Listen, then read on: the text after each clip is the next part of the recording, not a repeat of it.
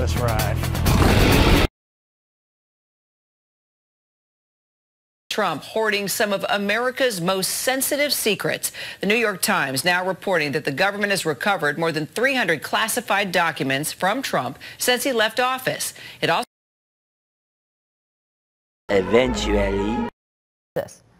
Well, Kate, this is a letter that was posted last night by John Solomon, a conservative journalist, on his website. And it's a letter from May from the National Archives to representatives of former President Trump. And it's an extraordinary letter because it describes, for the first time now publicly, we can see what NARA says they found when they retrieved those 15 boxes of documents back in January from Mar-a-Lago. It says that there were 700 pages contained. There were 100 pages with classified information.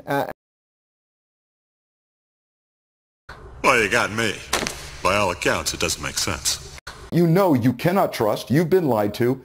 I'd come in with a search warrant then. So if you want to say the government screwed up, that's what I'd say.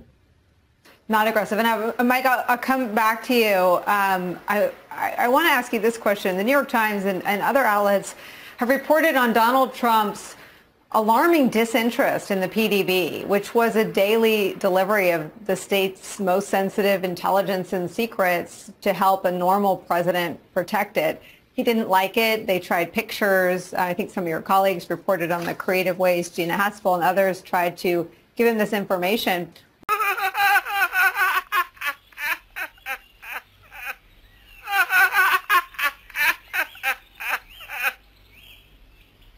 And now for something completely different. Inside the National Archives, that Trump did not go to them with the boxes he packed up inside the residence at the White House in the final days of the Trump administration. Instead, packed them up himself, did not go to the National Archives, and then stored them in a basement storage facility here in Palm Beach, Florida. But we're still trying to find out more, and that's why that affidavit you mentioned really matters. Now, there may be complicated sources and methods that are mentioned in the affidavit that the Justice Department might not want to make public. So they have an opportunity now in the coming days to go through their affidavit, which is the underlying evidence that leads to the search warrant, and try to maybe black out certain things they believe are too sensitive to be made public. But the Florida federal judge here, just across in West Palm Beach, has said to the government, you have to try to do something here to bring more information to the public because there's such intense interest.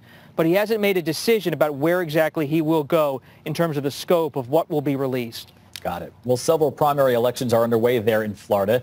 Governor Ron DeSantis will find out who his Democratic challenger will be come November. So has this search of Mar-a-Lago behind you, as you said, impacted DeSantis's political momentum or popularity in this state there?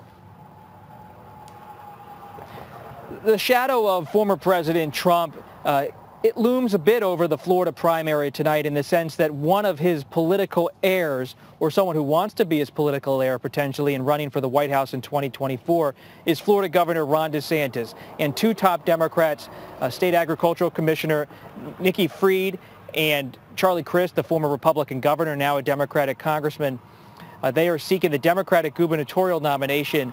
They want to take on Ron DeSantis, be a political giant killer, and take on someone who they believe could be the next in line for the Republicans at a national level.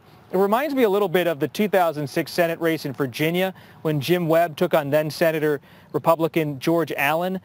Allen was seen as a contender for the 2008 Republican nomination, but when he lost, he kind of washed away from that whole discussion in 2008.